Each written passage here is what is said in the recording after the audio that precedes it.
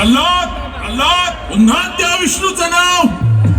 पिताश्री, तुम्ही माझ्यासाठी मोठे आहातच, पण माझ्या मनात फक्त भगवंतच. काय काय माझा पुत्र असून त्या विष्णूची भक्ती, त्याचं नामस्मरण, तू आमच्यासाठी कलंक आहेस, कलंक आहेस. नमो भगवते वासुदेवाय नमः.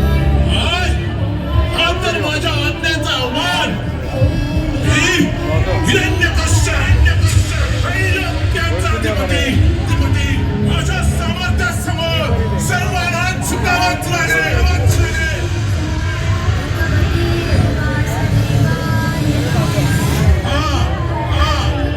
ठीक आहे, मी तुझा वाद काढून तुझ्या तोंडून त्या विष्णूचं नाव काढूनच टाकतो. महाराज, हे तुम्ही काय करत आहात? हा आमचाच पुत्र आहे, आपलाच रक्त आहे. आणि आपला पुत्र असू शकत नाही. हा कलंक आहे.